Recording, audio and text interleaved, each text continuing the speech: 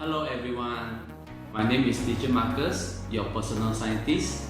Today I will be teaching all of you to conduct field experiment by using books. So I believe all of you have books at your home.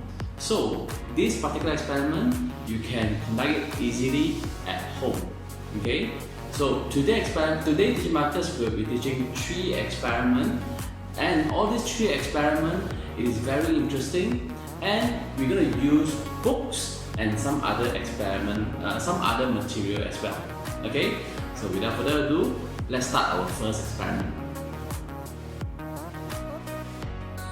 Sir Isaac Newton was a scientist, mathematician, and astronomer. It is sometimes told that Isaac Newton was reading a book under a tree when an apple from the tree fell next to him. This led to his calculations of gravitation. The first experiment Teacher Marcus will be conducting is regarding about gravity. Here I have a book, alright? So if I put it high enough away from the table and I let go, the book will fall and drop and reach the table. This is because there is a pulling force, meaning a gravity, towards to the center of the earth. Okay, so I do it again, and this is the cause and effect of gravity. Now you need to prepare a piece of tissue paper. Alright, we're going to compare the effect of gravity between a book and a piece of tissue paper. So the experiment is very simple. I'm going to lift these two up high enough at the same distance. I'm going to let go both of the object and see which one will fall first. Alright, maybe you can take a wild guess. Okay, so see which one will fall first. 3, 2, 1. You can see the book will fall first and the tissue is still flying around, okay, floating around the air. So this is because of the cause and action, the cause and effect of the object that you can see is the gravitational pull.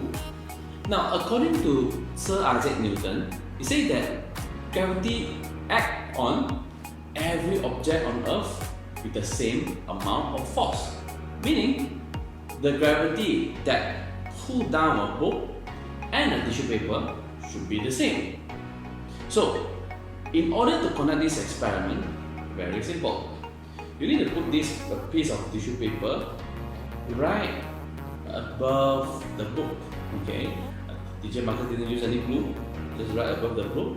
And now you may drop the book again, and this time you can see something magical happen.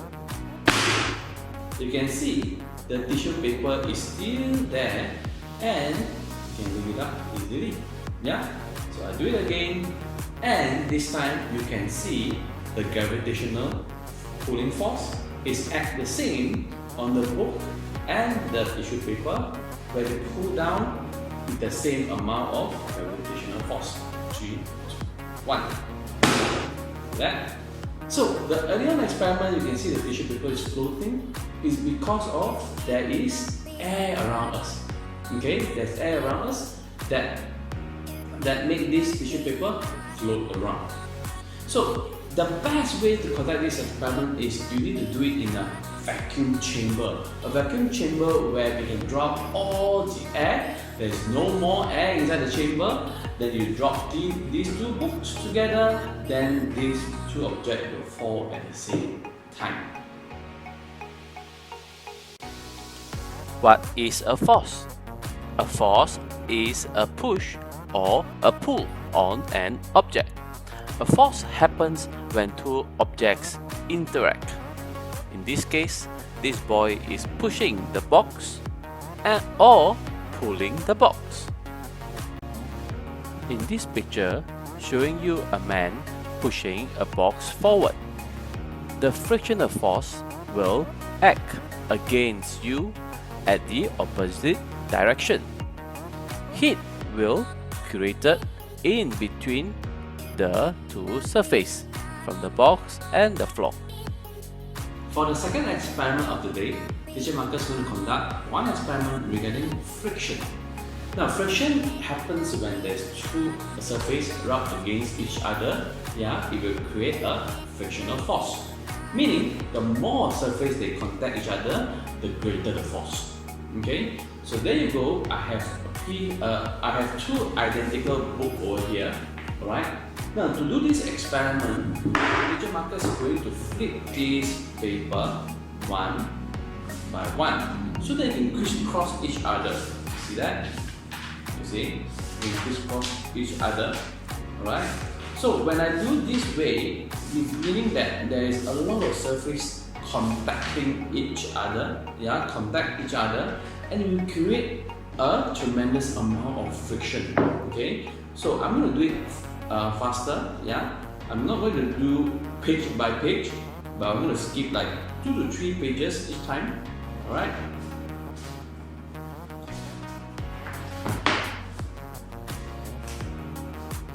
Okay, continue. Now you can see that there's a lot of pages overlapping each other. And this will create a higher frictional force. Okay, this will create higher frictional force. Alright.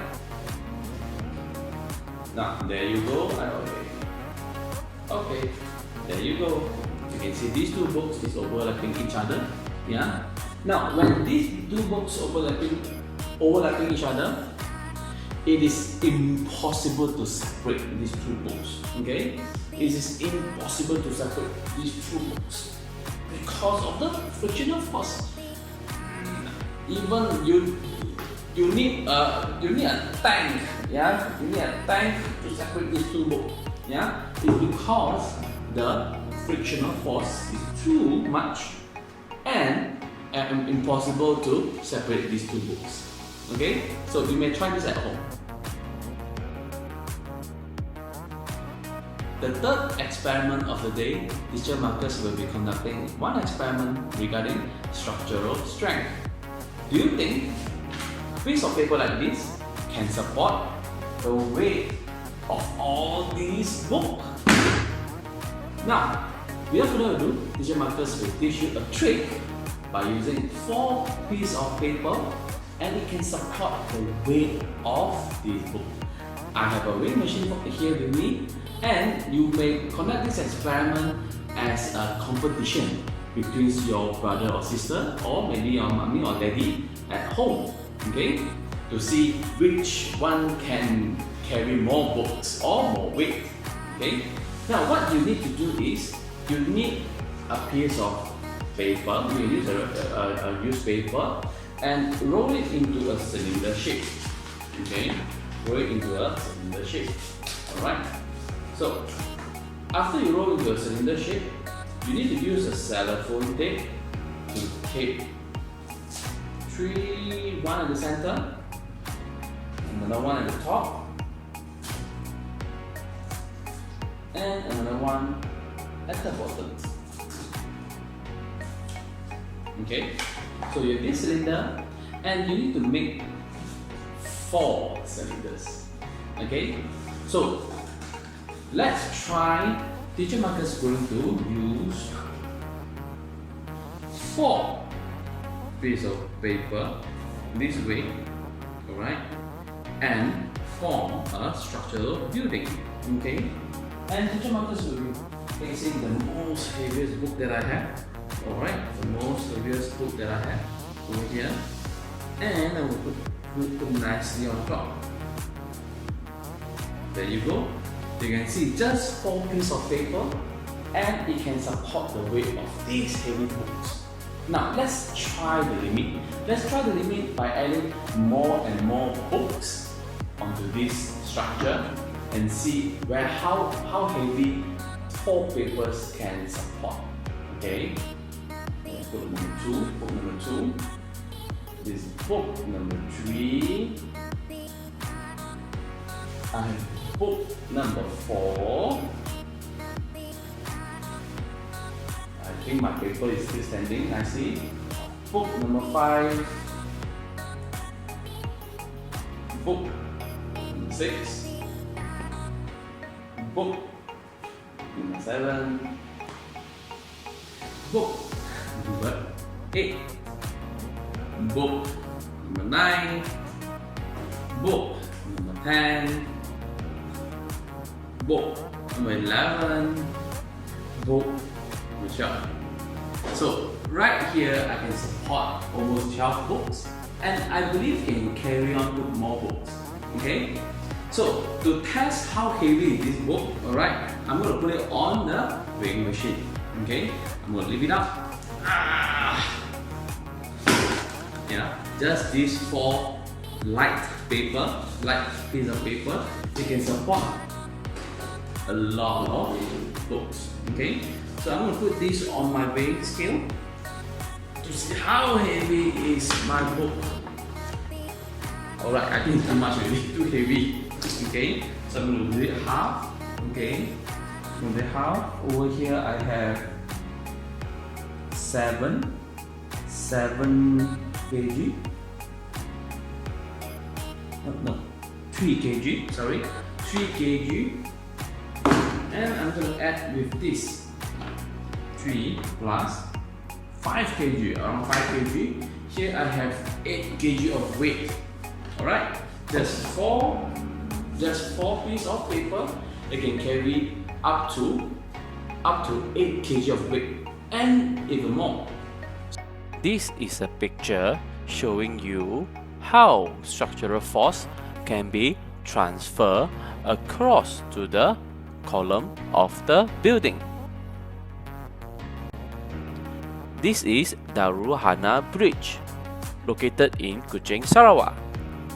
Next time, if you have a chance, visit this bridge, observe the triangle beam under the bridge. The triangle beam will transfer the load to the column.